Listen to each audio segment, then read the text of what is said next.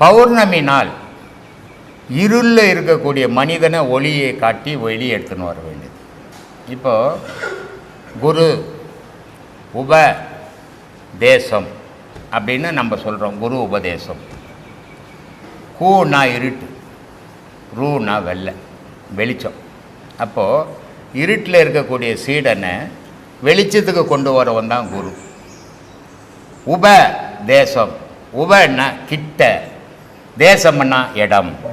அப்போது இறைவன் இருக்கிற இடம் உன்னுடைய உடலுக்குள்ளேன்னு உன்னுடைய இருளை நீக்கி ஒளியை காட்டி அந்த குரு தொட்டு காட்டும் போது அது குரு உபதேசமாகும்.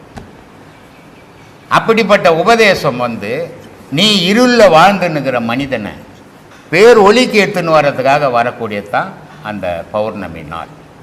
அந்த பௌர்ணமியினுடைய நிலை என்ன, அந்த சந்திரனுடைய அந்த பௌர்ணமி முழுமையில் வர நிலை என்னன்னா